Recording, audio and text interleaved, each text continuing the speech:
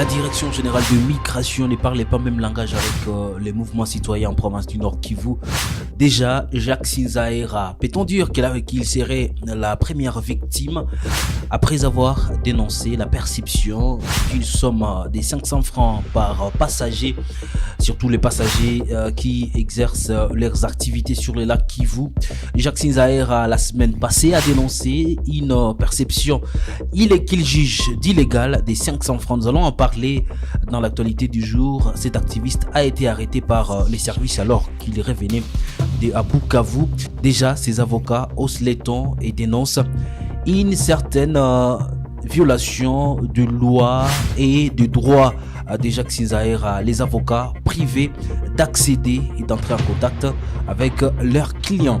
Et puis nous allons également revenir sur ces sit-ins de commerçants, des petites, moyennes entreprises qui ont adressé une lettre au gouverneur de la province du Nord Kivu dénonçant une certaine perception des taxes illégales de la part des services de l'État et l'ingérence du parquet dans la perception des taxes. Ça sera tout donc pour l'actualité du jour en sommaire.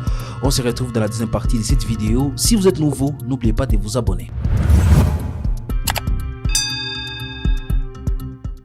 Jacques Sinzaera, un activiste pro-démocratie appartenant au collectif du mouvement citoyen Mkakongo, a été arrêté par les agents de la Direction générale de migration DGM lors de l'accostage d'un bateau au port de Goma.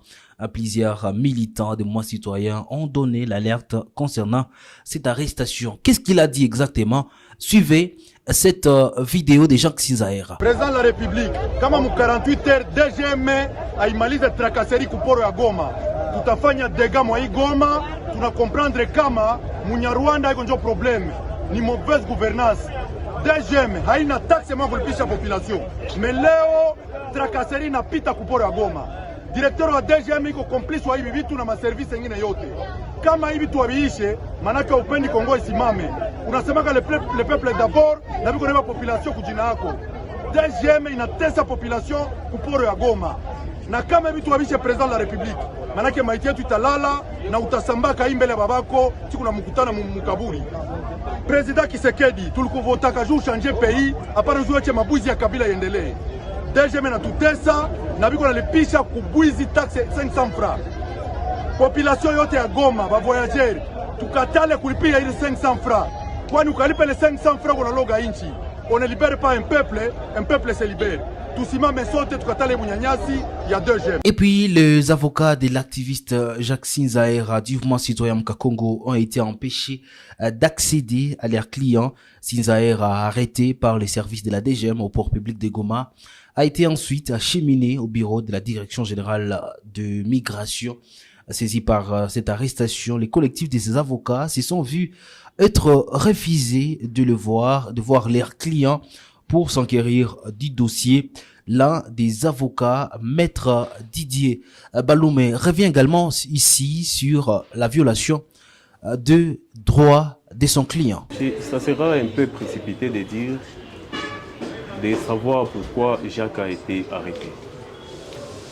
Nous avons été alertés ce matin, nous qui formons les collectifs des avocats derrière Jacques.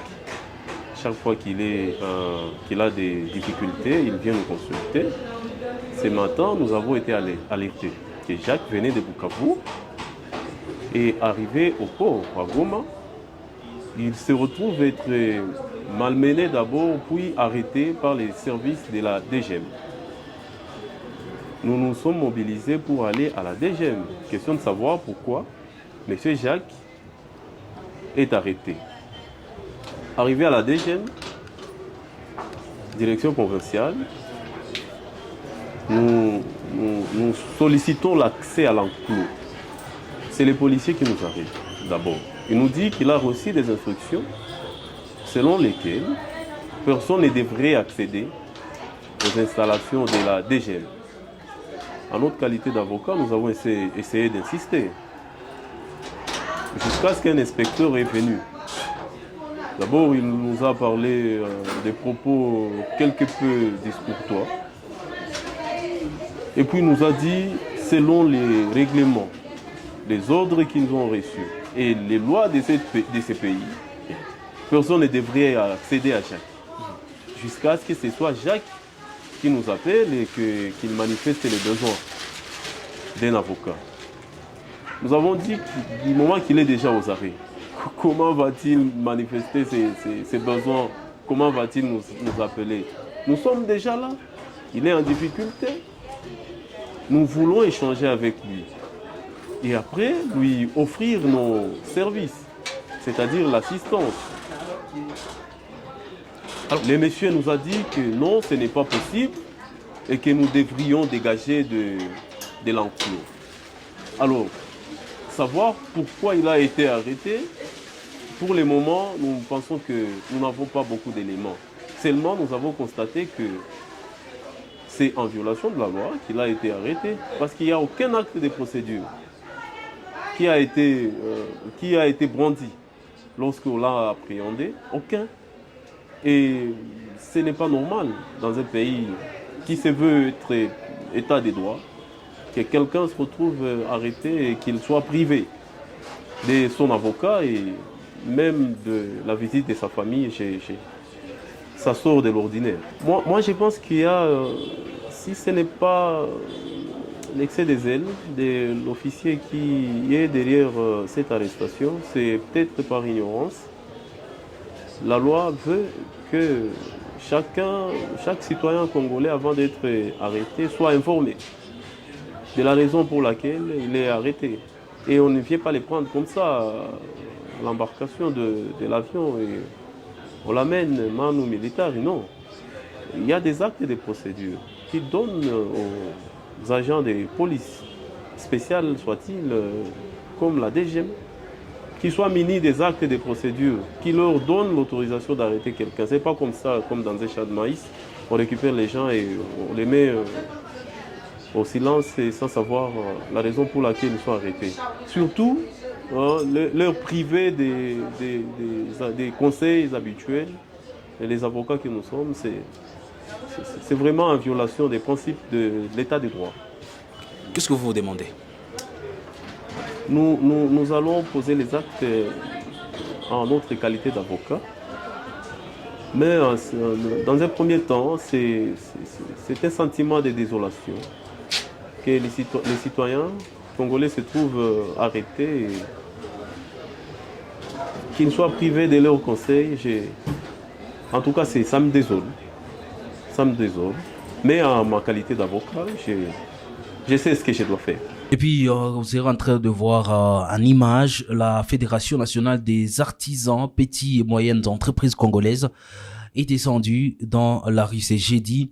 Cette fédération donc qui a appelé depuis déjà mercredi à une mobilisation de tous les opérateurs économiques de la ville de Goma, a prévu une marche pour déposer un mémorandum auprès des autorités provinciales pour dénoncer les tracasseries auxquelles elle est confrontée.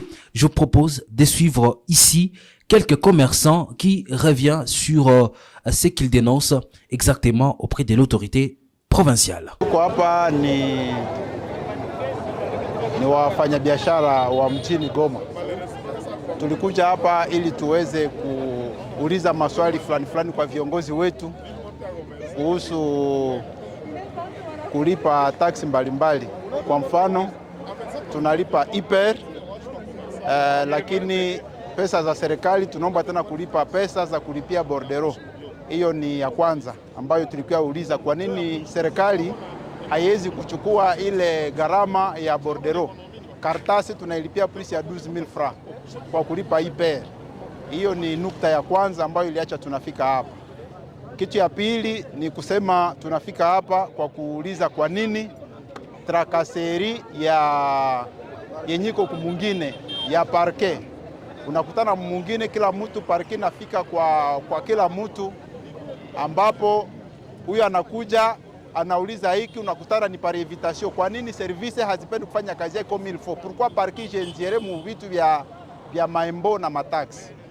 Kitu ya tatu ni juu ya hii yenye tuko tunasikia juu ya kusema leo tuko nasibiri trakaseri ya kususcrire kuma assurance.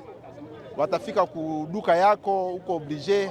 Tulipenda tujue kama eske ususcrire ku assurance iko obligatoire au ni mtu njoo anasema mimi napaswa kususcrire kunani kwa assurance njoo kuasire vitu yangu, njoo kuasire nyumba yangu. Hii ni kitu ya pili, lakini kikubwa ni kusema parke naifika namna gani kwa mambo ya maembo. Kwa nini kwa kila jambo usikie parke iko ndani, kwa kila kitu parke njoo inakuya kurecouvrer? Sijue kama services zimeshindwa kazi yake ili watumikishe parquet kwa kila kitu. Au cours de cette manifestation, quelques commerçants ont été arrêtés par la police et relâchés après. Et puis un acte en tout cas décrié par ces commerçants qui ne comprennent pas pourquoi la police envoyée par le commandant de la police ville de Goma, qui était également sur place, pouvait réprimander avec violence des citoyens qui n'étaient pas armés. Ici, mesdames, messieurs, je vous propose de suivre un des commerçants de cette fédération qui dénonce la manière dont la police a réprimandé cette manifestation. Tunaishiwa sana kuona tuliandaa marche yetu Pacific bakatuoriente ku niveau ya mize tushimamie hapa kwenye tuko sai kwa mnatuona. Komanda vile anakuya anatupiga makrimogene na mabale reyel. Mungu anatusaidia tu, hakuna mtu anakufa. Alipiga bale papa, shi tulikuwa. Donge tunashangala sana kuona komanda vile anaweza fanya vitu vya hivi. Na ingine kama nao wakomersa wote wanakusanyika hapa, tunauliza vraiment. Parke ndio inakuyaka ya mwisho kuintervenir wakati watu walishindwana. Mejua nini parke nasumbua watu? Ile ndio tulipenda kuuliza juu ya assurance. Eske watu ya sonance washaka pita kusensibiliser ba operateur économique juu ya assurance esandi bakakatala? Juu leo tukue chasse à l'homme. Est-il normal dans une province sous état de siège également, dans une province secouée par la guerre, que des taxes soient perçues? La perception des taxes en province du Nord Kivu avec autant de force, est-ce une opportunité aujourd'hui au regard de tout ce qui se passe en province du Nord Kivu? Cette dame que nous avons rencontrée devant le musée de la province du Nord Kivu pense que les autorités de la province du Nord Kivu devraient se traiter cette question d'une autre façon au regard des enjeux de la province du Nord Kivu. Normalement, les bordereaux n'est pas connu, n'est pas reconnu. Ce qui est reconnu, ce sont les hyper et les PMA des IBP à la fin de l'année. Mais en plus de cela, quand vous arrivez à la CADECO, on exige toujours, vous venez vous payer 20 000 francs des hyper, mais on va encore demander de payer un surplus de 20 000 francs pour les bordereaux, ce qui n'est pas accepté par les opérateurs économiques de notre contrée. Et surtout qu'ils sont en train de traverser des moments difficiles que vous-même vous connaissez. Nous sommes en période de crise, de guerre, qui ne favorise pas que les opérations se passent comme il le faut dans notre pays, dans notre contrée. Messieurs et dames, ça sera tout pour l'actualité du jour, des informations de Goma, de la province du Nord Kivu. Merci à vous de l'avoir suivi.